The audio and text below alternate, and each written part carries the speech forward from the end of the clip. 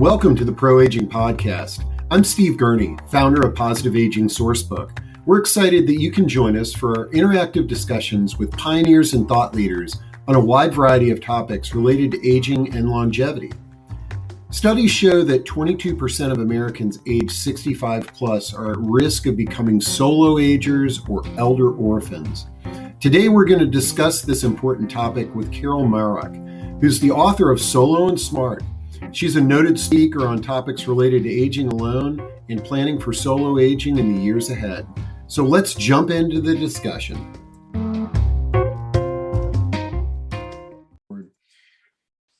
We've been doing these online discussions now for, we're 18 months or so.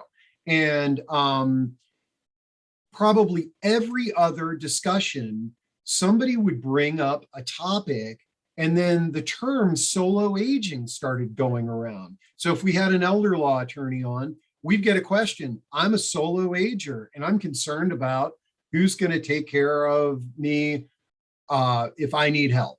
And this solo aging topic just started coming up so frequently that I went online one day and sort of did a search for solo aging.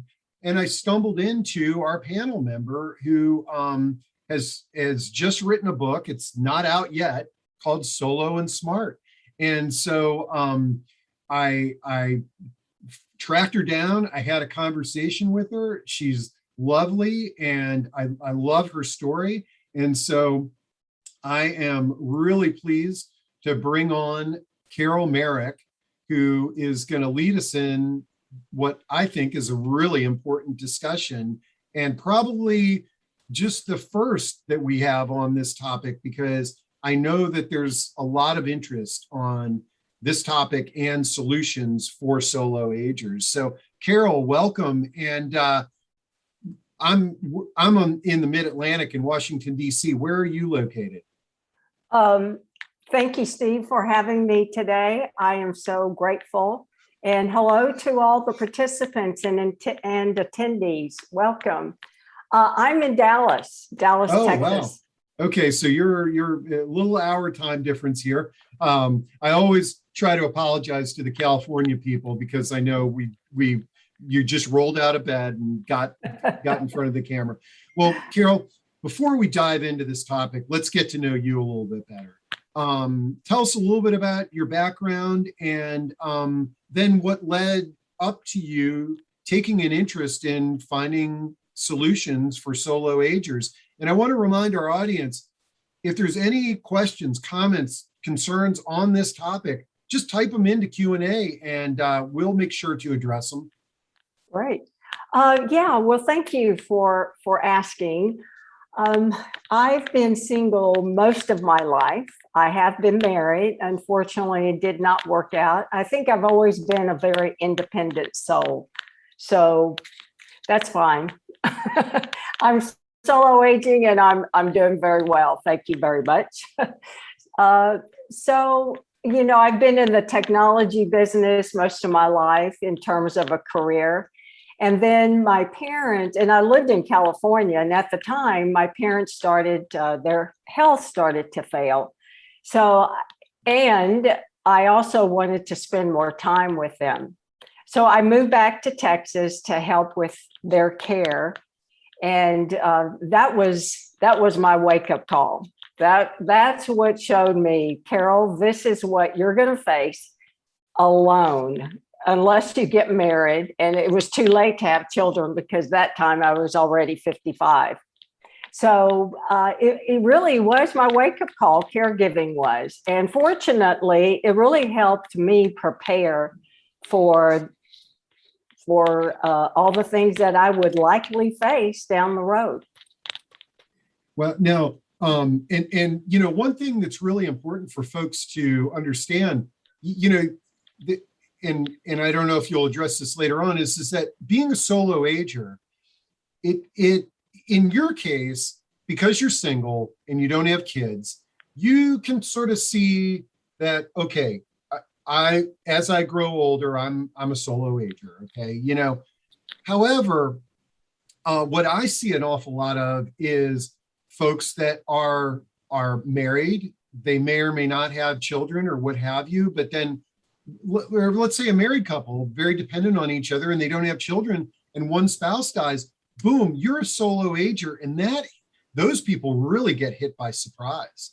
I've had conversations with them on a regular basis. So now, just I think you've got some slides you can share on some topics and things like that. But so you're in tech, you lived in California, came home, taken care of mom and dad, sort of opened your eyes to a bunch of things. Are you now, or are you retired, or did you retire to do this, or like what is your current working and job status? That's such an interesting, that was an interesting transition, I have to tell you, because I was working full time when I was helping my parents.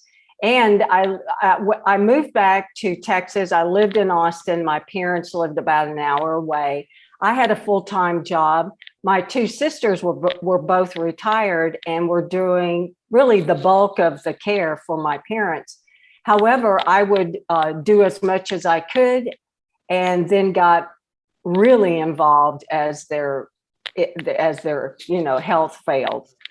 But yes, I was working full time, and what really kind of ushered in me going into senior care, because I made that transition from high tech to caregiving. I mean, not just on a personal level, but in the business of caregiving. I started writing because at the time, and this was back in the early 2000s, there wasn't much information for caregivers. And where I was working, there were close to 600 employees, and about 30% of us were family caregivers. We were taking care of our parents or someone, an older relative. And we were all in the same situation. And I heard conversations, I've heard, throughout the hallways, over the cubicles, and people were losing productivity. And I had gone to HR several times saying, hey, we need to create a support group here for us, because we have no clue how to do the things our parents need us to do, yet work full time. Well, HR would have nothing to do with it. So that's when I said, well, to heck with it. I'm just going to do it myself. I love it. One of the things that I love about these discussions is having entrepreneurs and innovators like you, on. I love hearing the spirit and the ingenuity and, the issues that we face when, you could look at that as sort of an ageist viewpoint that your HR department is taking on, but it's more of a customer service viewpoint, that they're just not addressing the needs of their workplace. But here's the irony, and this to be true, and I think people in our audience know to be true. If the CEO was caring for their mom or dad, and that was an issue, and they walked into HR and said, we need to basically create a program because I know we've got other employees that are going through the same thing I'm going through, it would be done at a drop of the hat. How you get these programs executed in an organization requires finesse, politics, and creativity, but hats off to you for now shifting, and hats off for you for shifting. And you're solo. I mean, you're doing this, you're single, and you're making that transition. Right. Yeah. Well, I guess I've always been an entrepreneur and very motivated at heart all my life. So I believe in change. I believe in making things better, not only for myself, but for other people. So, so when I heard all these stories at work, I mean, there was this one woman, I'll never forget her, bless her heart. She would come in red-faced into work, red-faced, bawling, crying, and flop at her in her chair and sit at her desk and and I'd walk up to her and she'd be bawling because she was so frustrated. Because she had children. She was in the sandwich generation. She had children that she was raising, and her mother had had a stroke and was living with her. So she was kind of in between both of that type of stress. And God bless her. And so that was just one of the stories that I experienced at work. I love it. Well, before we jumped on here, you were sharing with me a slide deck that I think is a really good way for us to start this conversation. Okay. And we want this to be a conversation, folks. So feel free to jump in with Q&As and what have you. But Carol has a book that's going to be coming out soon. She's got a YouTube channel. I'm going to share her website with everybody here right now. But let's kick this off with you sharing some of your insights from that slide deck, and then let's see where this conversation goes. Sure. And I also have, let's see, I think Mary sent in a good question before the event that we can address as well. Whether or not you or I can answer it, maybe somebody in the audience can give some insights on Mary's solo aging question. So you should be able to share the screen there, Carol. Okay.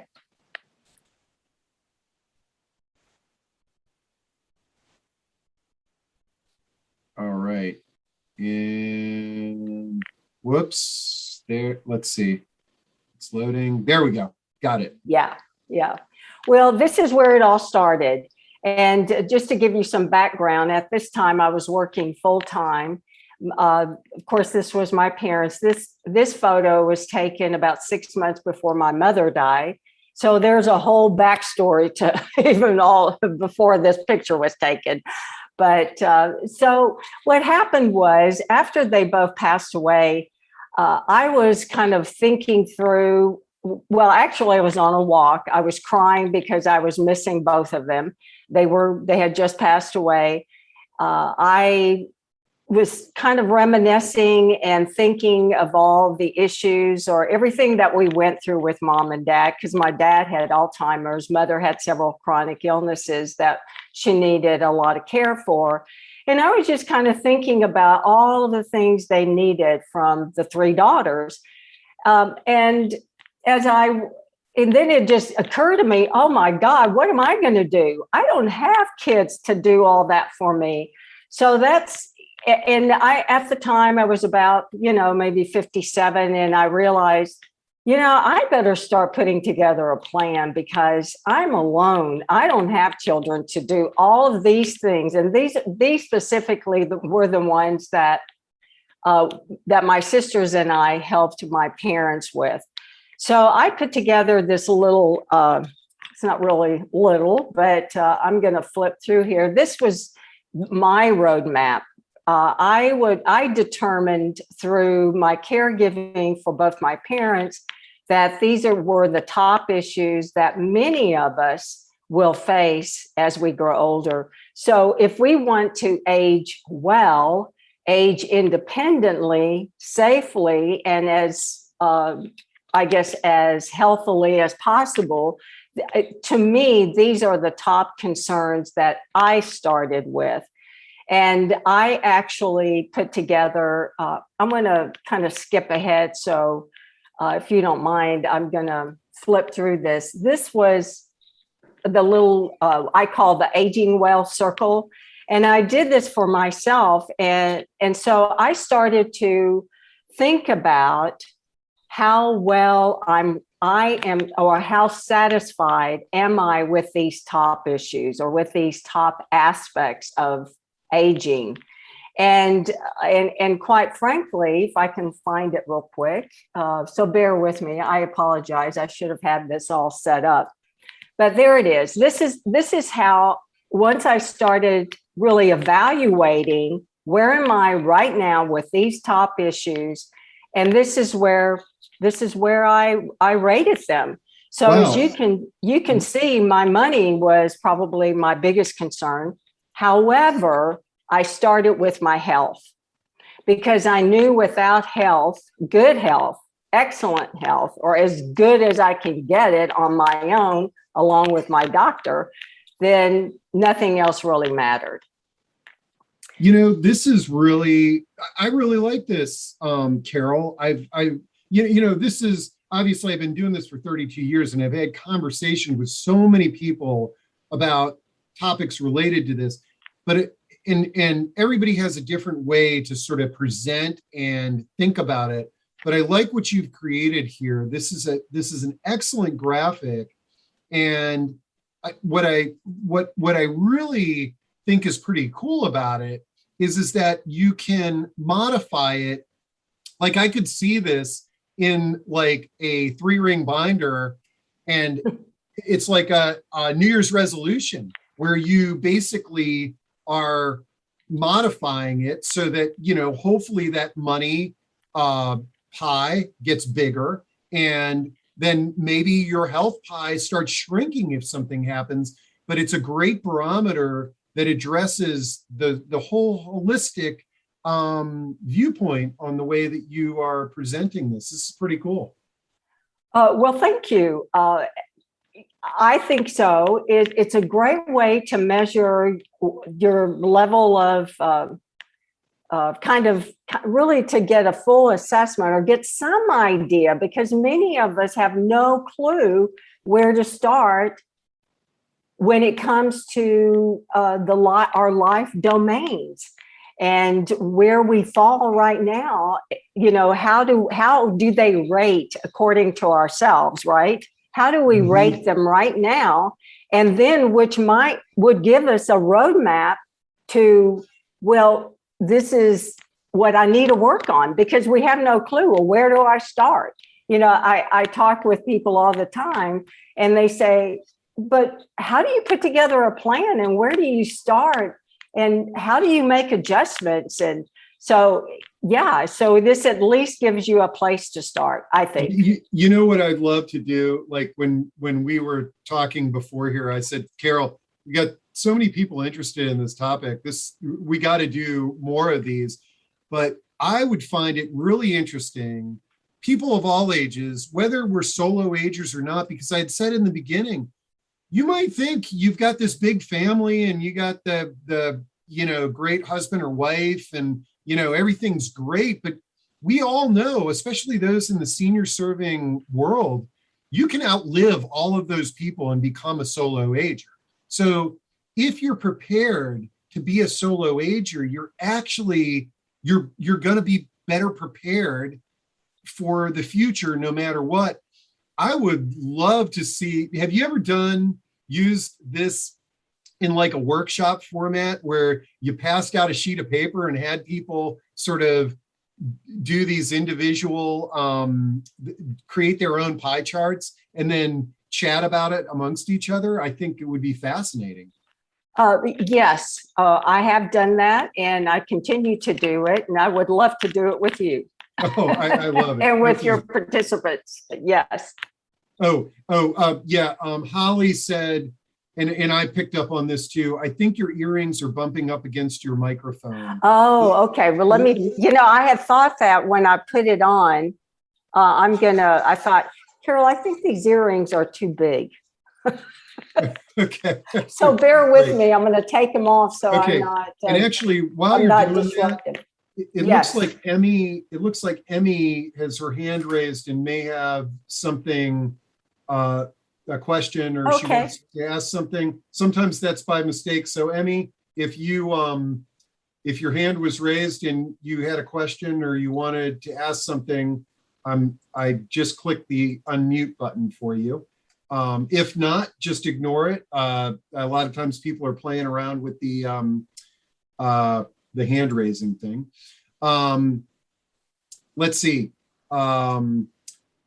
Here's a good, Peggy says, it is unwise to make assumptions about who will support you, and far better to plan on assuming you will be a solo ager. Pretty good point there, Peggy. I like that. Absolutely. Even if you have children, that's right. Yeah. You can't count on them to be around. That's Well, right. and what I find, and what's interesting, I find the profile of people that move, that I talk to who are investigating life plan communities, that they come primarily, and I'm drawing a stereotype, they come in two sorts. It's the solo agers that are looking at it so that they can be taken care of no matter what. But then the other category are the people, actually very similar to you, Carol. They went through a caregiving process. They may be married, they may have a large family, but they're moving into a life plan community so that they aren't a burden on their children. And so that's interesting. Okay, let's see. Emmy probably raised her hand by mistake, but it looks like Sally Ann has raised her hand. So either Emmy or Sally Ann? Yes. Hi, thank you so much for this. I wonder if you might consider adding another aspect of this wheel, which is as we get older, I think one of the things that seems to be most important is a sense of where we find meaning and purpose. Yeah, absolutely. I totally agree. Yeah. I think absolutely. The rest of this is very pragmatic, but I think there's an increasing emphasis on inner growth. Actually, I have this is my kind of short, my abbreviated aging wheel circle. I have one that has 12. Oh, okay. Well, I'm glad you hit us with these, but I do like, I do, because again, just like solo aging, the topic of finding purpose, especially if you're so losing important. ability or whatever, is so important. So yeah, on the amended one, yeah, throwing that in would be super important. And, you know, so I'm really glad you brought that up, Sally Ann. The other thing, when we talk about sort of revisiting this on an annual basis or periodically, you know, I find that oftentimes people's purpose can move back and forwards. Like COVID-19 is a great example. Right. A lot of us had purpose that required us to get in our car and go somewhere, and we had to reinvent and rediscover purpose in front of our computer screens like we are right now, and isolated at home. So really great comments there, Sally Ann. Anything else that you'd like to add? No, I just think this is a wonderful topic. And I think there's not been enough emphasis in our society at large on people who are living alone. Yep. I totally agree. As a matter of fact, Sally, you would probably be interested, you will find it online. It was a research paper by, I think it was her hospital. She's a geriatrician out of New York, and her name is Maria Carney, and that's Carney. And she did, it wasn't really research. She really did an essay, basically, or a paper from other research that was done on well, she calls us elder orphans, because that's her experience of in the medical field is elder orphans, because we can be, we have many, I mean, if we don't take care of these issues, we're at high risk of becoming an elder orphan, meaning that we have no one to take care of us. We have no one looking out for us. So we end up totally alone in a nursing home or maybe in the hospital or where have you. So she did basically a kind of I'm just call it a research paper, and it's called Elder Orphans Hidden in Plain Sight. And she really kind of gears it toward providers and professionals who are in the aging sector on ways of how they can better tune in to people like us who are aging alone. And many times when I go to my doctor, I really encourage her to ask me more questions about my life because I'm alone. And I have to say, I'm very happy that she has really adjusted her assessment when I come into the office, and hopefully she's doing it with all of her patients now, because we are hidden and we're not really our issues aren't being or haven't been addressed. They're starting to get addressed by professionals, Yes. but still, we got a long ways to go. Great. Thank you for that. Well, thanks a lot, Sally. And I added a link to that paper in chat, and also an article that you wrote popped up when I typed that in. But let's also like address the language that we use. I actually like that, and I'm soliciting audience participation on this one. I like the term solo aging. There's something powerful about that. Like, I don't feel that it's a negative. Prior to that, the elder orphan term was the thing that everybody used when they would talk about this topic. And it was so declinist, and I felt negative. And I mean, one good reason to use the elder orphan language is that it can promote change. So for example, if you're running an assisted living or nursing home, and you have a percentage of your residents that don't get any visitors, that have no family, and it's sort of like, if you're in a boardroom, you're like, look, we have to help our elder orphans. That language can activate change. But I like the idea of solo age. I like the term solo aging. Maybe there's a better term. Maybe our audience can come up with. Karen says, I agree. I like solo aging much better than elder orphan. Mary says, I agree. Wow, people are agreeing with me. This is fantastic. So. And I'm in total agreement. I much prefer solo aging as opposed to elder orphan. However, I have to say my purpose when I use that term is to build awareness. And I knew that I would get more response from journalists, from the professionals in the industry, from whomever, if I said elder orphan. It was like, oh, yes. I mean, they really piqued their interest. However, as just a person like me, just a regular person, I prefer saying I'm a solo ager. I would say, well, I'm an elder orphan, because I don't even think of myself as elder or elderly. Yep. So all right. So let's see. Keep on going. And oh wait, we got some questions that popped in here. Let's see. Thank you so much for. So what are? Oh yeah. So someone's asking, when you brought up the 12 categories, do you have a slide where you can share the? I don't think I have it in this slide deck, and I would have to go out. But let's do a few more of these workshops, and we'll take a much deeper dive. Okay, great.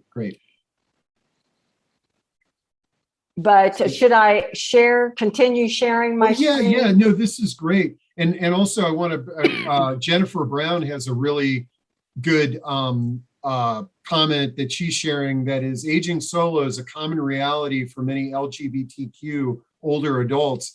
And I will tell you guys, like, one of the most emotional, eye-opening films that I watched is called Gen Silent. And in the Gen Silent film, there is a transgender woman who, because of her, she was separated from her family, and she started having severe health problems, and she was clearly a solo ager. And one of the beautiful things that occurred in that film was how the community, her community of friends, and the LGBT center, I believe, in her community, came together to support her. But one of the things that is revealed in that film this was not something that she planned for. Like, so what sort of happened is there was this outpouring of support, but it wasn't something that she mapped out. And therefore, she began to be a little bit resistant to it. It didn't continue on. And that's where I think that us having discussions like this and people mapping out their plans and thinking about where their social connections are going to be and their support is going to be if something happens is really important. Yeah, and I agree totally. And I encourage everyone to create their own kind of what I call peer advisory groups and come together and to talk about these issues. And as you can see here, these are some of the reasons that many of us need to create a plan and to start thinking through some of the things that get in our way or hinder us from aging well. Mm-hmm. So I run a group now. It's a private group, but if anyone's interested, certainly contact me. However, I encourage everyone to just put together their own little peer advisory group to start thinking about some of the issues that you face. Because everyone else, if they're in the same situation, they're facing the same issues and the same concerns.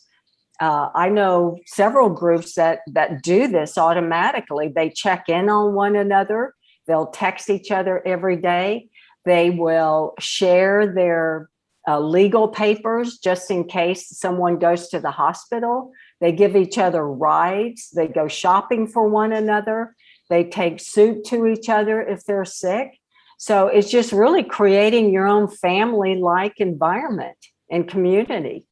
Oh, and before I forget, and I hope you're okay with me jumping in here, Carol. Oh, absolutely. I want to make Please. sure that we throw out the question that Mary had before Yes. the discussion even started.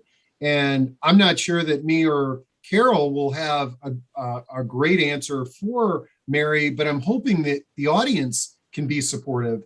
And she says, I'm looking forward to today's presentation. My particular question is how to find or manage the need for healthcare power of attorney and financial power of attorney when there's no personal option available. I've only received shrugs when I have posed this question.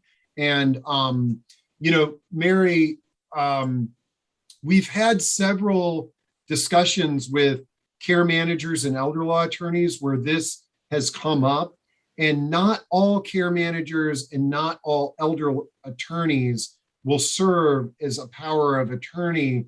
But the one thing that seems to be the common theme on those two elements is finding somebody that you trust.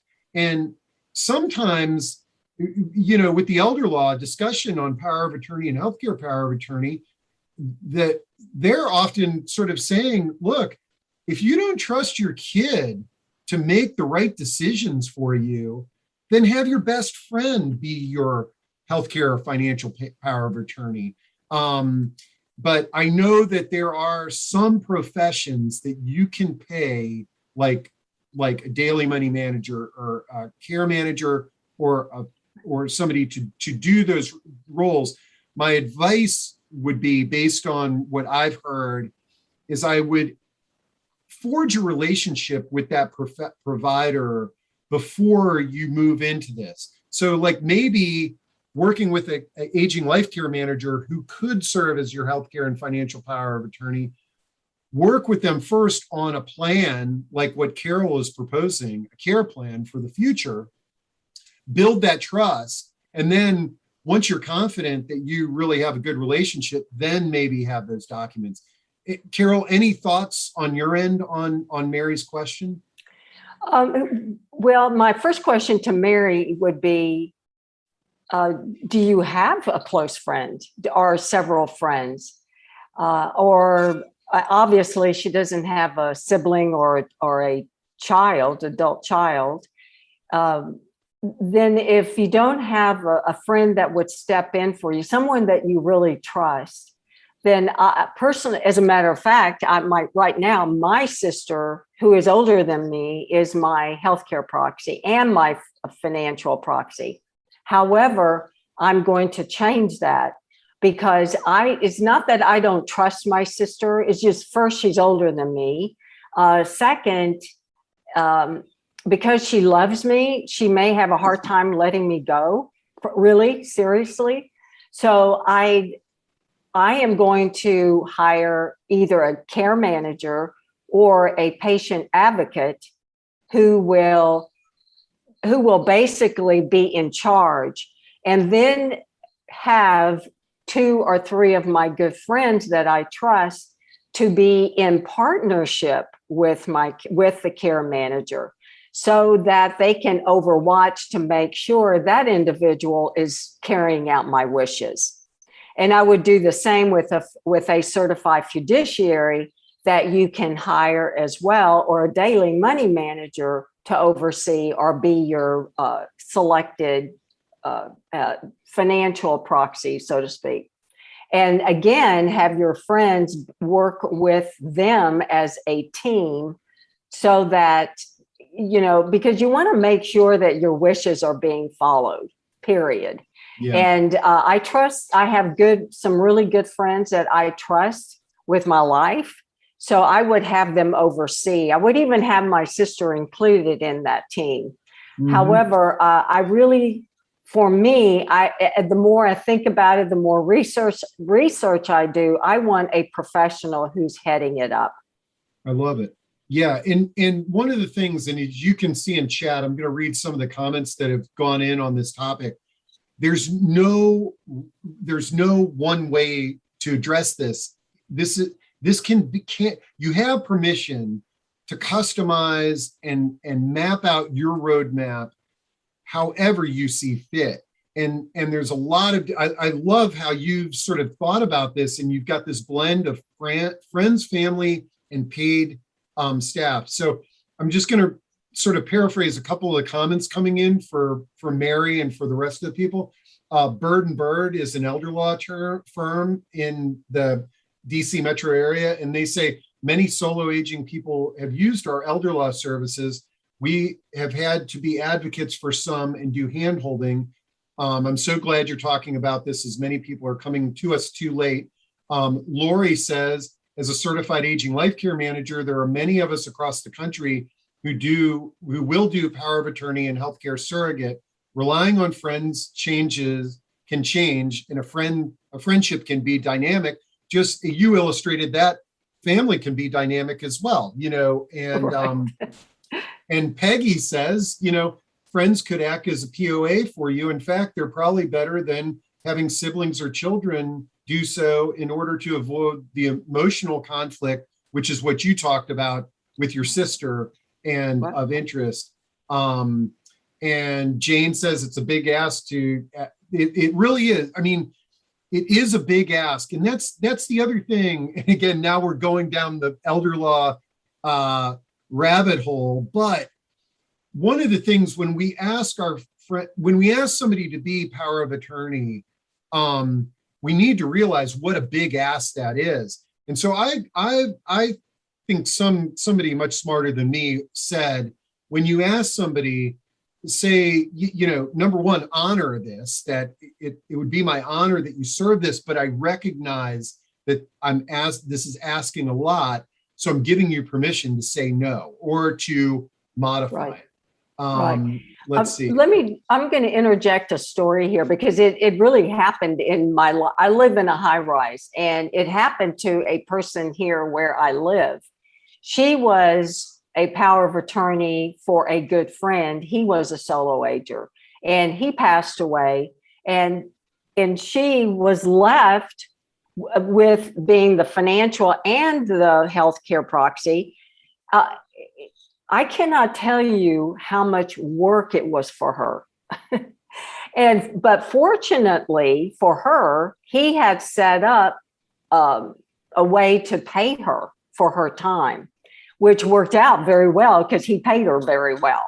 So if that could relieve some burden for a good friend, then pay them, put it in your will that they get whatever, that's up to you. But it is a lot of work. I watched her. I mean, she was very concerned, and not only concerned about getting it right, but making sure that she could find the will, get it all together. And she's still working on it. And he passed away about 6 months ago. So it is not an easy feat.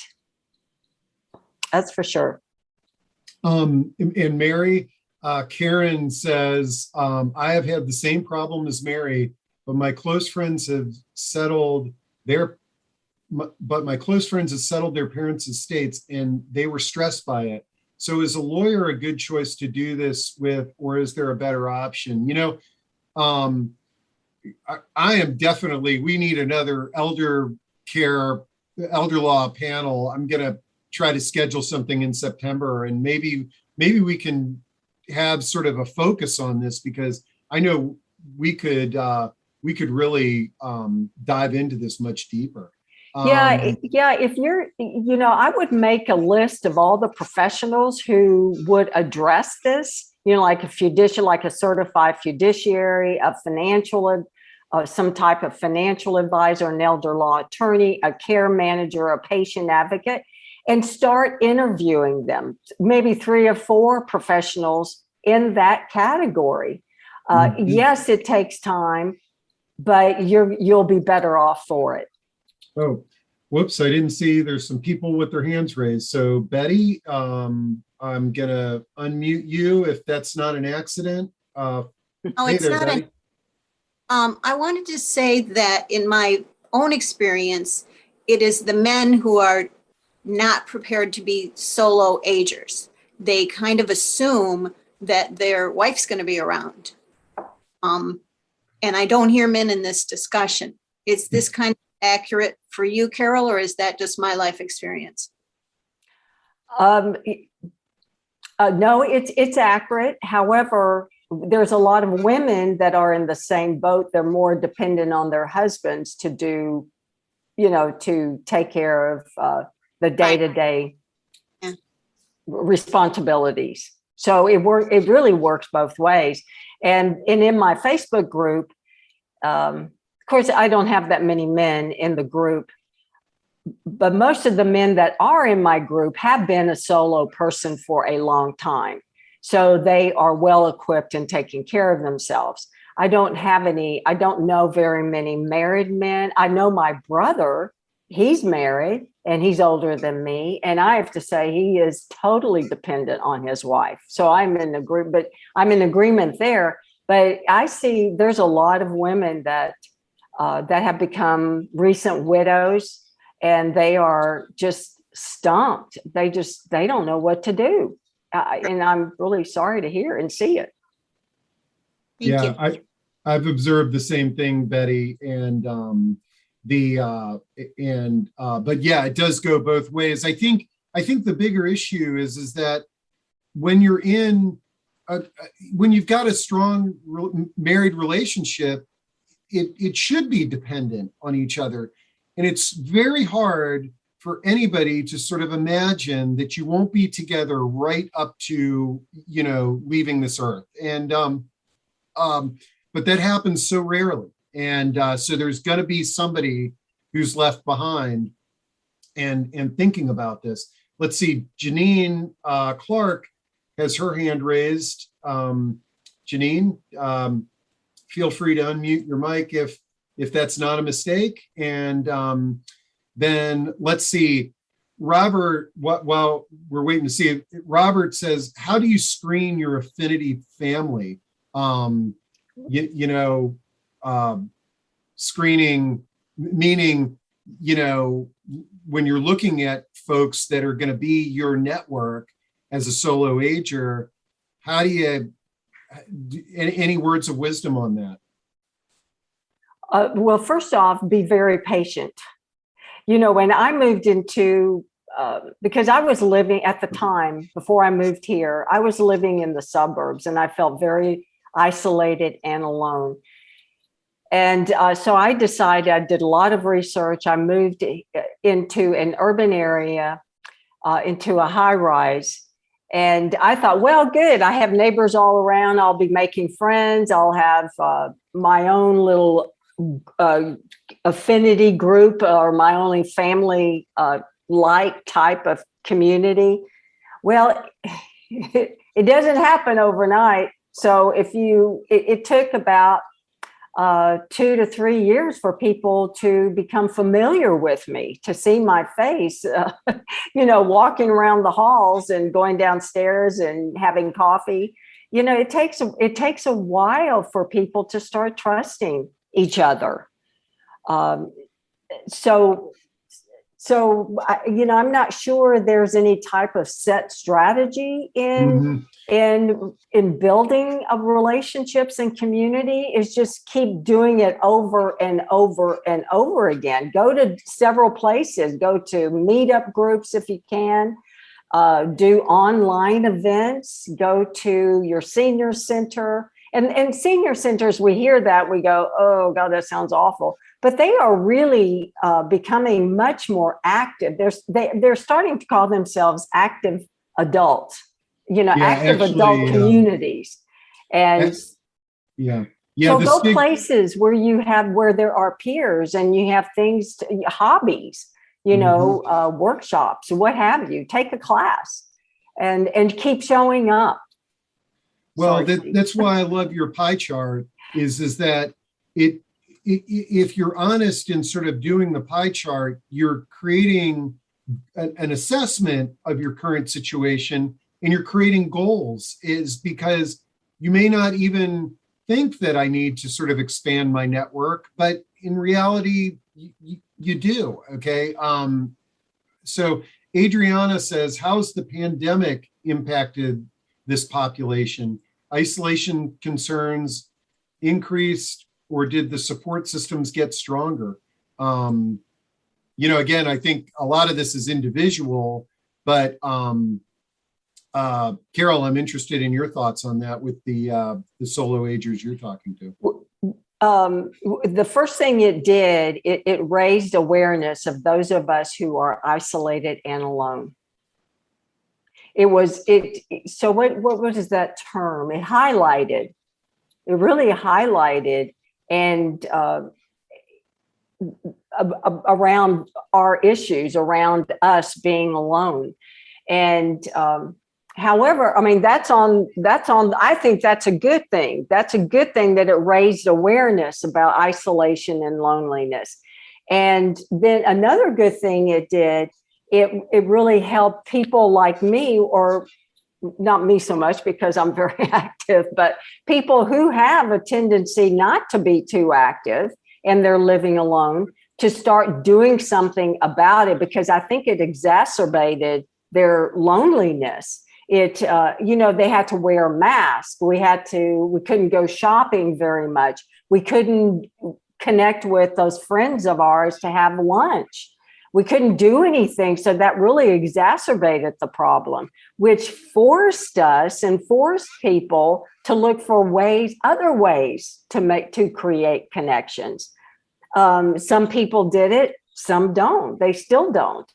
And I'm sorry to say, but most people, I think, have learned to adapt and do online activities with places like the Oasis, Osher Learning, Lifelong Learning Institutes, our libraries. They have public events online and classes. So there's a whole new venue of things occurred from this pandemic. Does that answer your question? I think it's great. I think discussions like this are more thought-provoking and getting us thinking outside of the box and thinking different for ourselves, our loved ones, and our clients. This is a good one here. It says, family relationships and family energy dynamics are so interesting and so complex and complicated, but very beautiful. So how's your sister going to respond and feel about this when you tell her you are changing the estate organized relationship?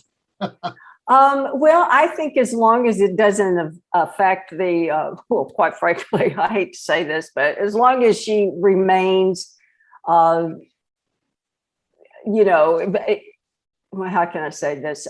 As the lead beneficiary of everything, she'll be Got okay. it. Yeah, she might actually. I think a lot of family members would embrace the fact that they've got I like your team approach, because I think it's a lot of burden for somebody to carry on their shoulders. And we also recognize no matter what somebody's age is, we could be outlived by these people, or we could outlive these people, what have you. So Right. let's see. Okay, somebody says, could you ask Bird and Bird Elder Law if they would be willing to share how they can be contacted? We think it was Mary Motor. Mary, make sure that you drop your contact information into chat again. And Mary, since you're on this discussion, I would love to have some folks from your team jump on, and we could maybe do a solo aging topic on the legal aspects of this. Let's see. Let them know somebody says, let them know you are giving them permission to say no, and that you will honor their decision and their choice. When will your book, Eileen says, when will your book be available, and who is the publisher? The book will be published next year in 2022. And I'm in conversations with two publishers. The manuscript is done. And Okay, as a matter of fact, good. I have, and I'd rather just announce the one who I select Got as it. a publisher. And But I'm then, in conversations with two. because I've interrupted you so many times, Eileen also says, are there any other slides that the author wants to share with us? So, like, do you have any other things in your slide deck that you think would be powerful? Well, I would like to do a workshop. I love this idea. I love this little pie thing. I'm really curious about that. So to answer your question, that was Elaine, right? That asked that question. Eileen, yeah. Eileen, thank you for asking. Would you attend a workshop if we put one on? Oh, yeah. Well, Mary has already said she would. And yeah, people are saying in chat. And you know what's cool is I've got this platform called Remo. Some of you in the audience are familiar with it. And what it allows us to do is sit at tables with 4 to 6 people at each table. So what I could see us doing is we come together, you sort of lead us through this with some ideas, and then we break into our little groups and we all, create our pies and talk about it and have a discussion. Let's give it a shot. I think this is really a cool idea.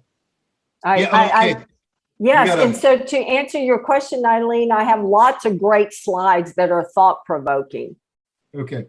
And well, we're almost to the top of the hour. So, what I want to do before we jump off is I want to share my screen, because I want to make sure everybody knows how to get in touch with you and your website and everything. So this is, let's see, here we are. And one thing, if you don't mind, please subscribe to my YouTube channel.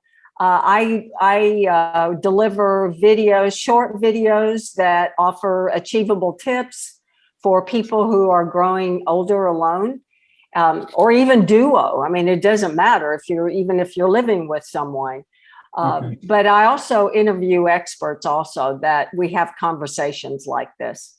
Great. So here's Carol's website, carolmarak.com. And then you can see up here on the navigation thing, if you click on Solo and Smart YouTube, it will direct you to her YouTube page. So that's, I wanted to make sure that we shared that with everybody. I'll send that out when I send out the recording as well. Thank you. We've got a few more questions and then we'll wrap things up. Let's see.